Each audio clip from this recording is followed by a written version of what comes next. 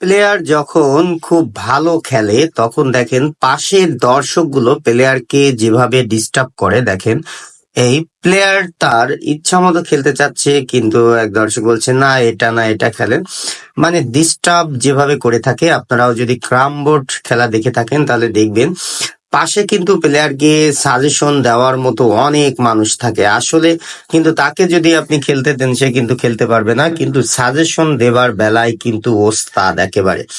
তার জ্বলন্ত প্রমাণ একটাই যে এখানে দেখেন ভিডিওর মধ্যে প্লেয়ার আমাদের শফিক ভাই কিন্তু দুর্দান্ত খেলছেন, কিন্তু পাশ থেকে দেখেন এই যে আবারও ডিস্টার্ব করছে।